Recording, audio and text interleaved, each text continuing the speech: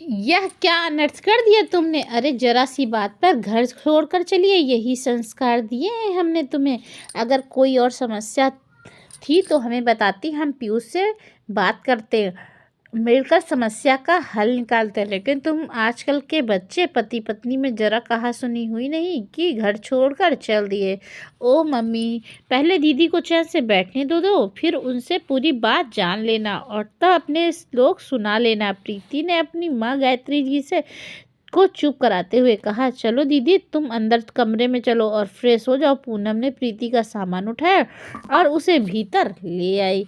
पूनम भरी आंखों से प्रीति की ओर देख रही थी और सोच रही थी, कितनी बड़ी हो गई है मेरी छोटी सी बहन, और समझदार भी।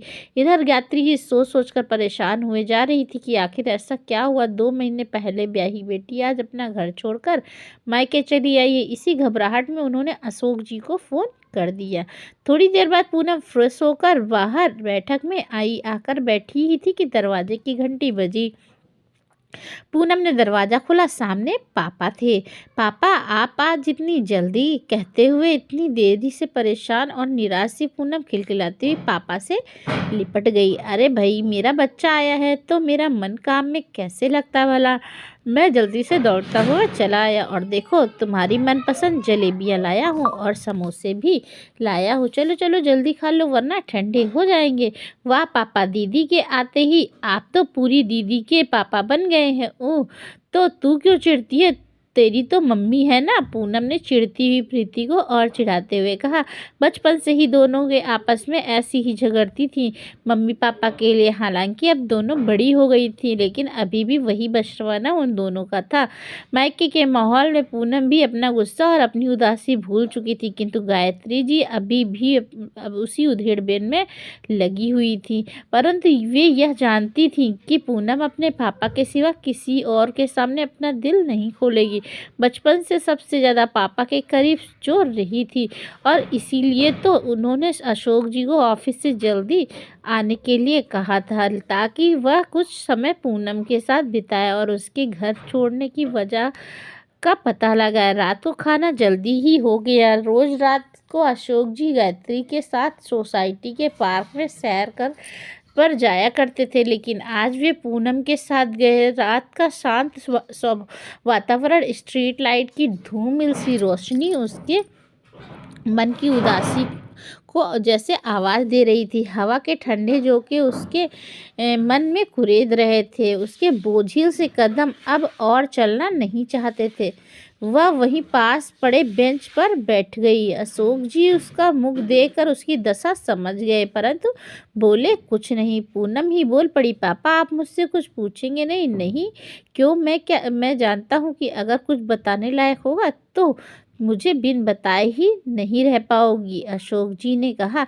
पूनम कुछ देर आंखें झुकाकर नीचे जमीन को देखती रही, फिर बोली, पापा पीयूष ने मुझे धोखा दिया है, पूनम ने रोते हुए कहा। तो अशोक जी प्रश्न भरी निगाहों से पूनम की ओर देखने लगे। हाँ पापा, उन्होंने मुझसे शादी के अगले दिन ही बताया कि शादी से पहले वह किसी और लड़की से प्यार करता था, लेकिन परिवार की सहमति न मिलने के कारण वह उससे शादी ना कर सका और मुझसे शादी करनी पड़ी। पूनम रोती जा रही थी और पापा मुग्धर होकर उसे देख रहे थे। पापा, जब से उसने मुझे यह सब बताया है अंदर ही अंदर मैं घुट रही हूँ। अशोक जी कुछ देर चुप रहे, फिर बोले, यह तो बहुत गलत किया पीयूष ने। क्या अब भी उस लड़की से मिलता है वह? नहीं पापा। फोन पर बात करता है? नहीं पापा। तुम्हें परेशान करता है? नहीं पापा। फिर क्या तुम्हें टाइम नहीं देता है? नहीं पापा। वह मेरा बहुत ध्यान रखते हैं, मुझे क्या चाहिए क्या नहीं सब पता होता है। उन्हें ऑफिस से भी कई बार फ़ोन करते हैं और पापा वह तो मेरे बिना खाना भी नहीं खाते, मेरी ज़रूरतों का मुझसे भी ज़्यादा ख्याल रखते हैं। पता है पापा, जब कभी मैं आपको मिस करती हूँ ना तो पीयूष अपने आप समझ जाते हैं कि, और फिर हम दोनों की ही आपकी बातें करने में लगाते हैं।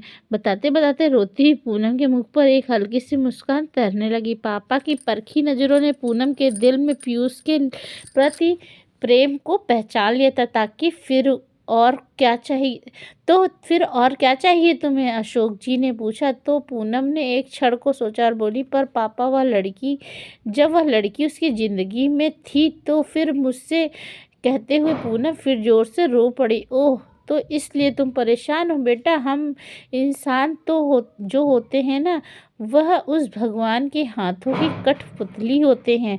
हमारे जीवन में कब कौन आता है कौन जाता है, हर बार हम तय नहीं कर सकते हैं।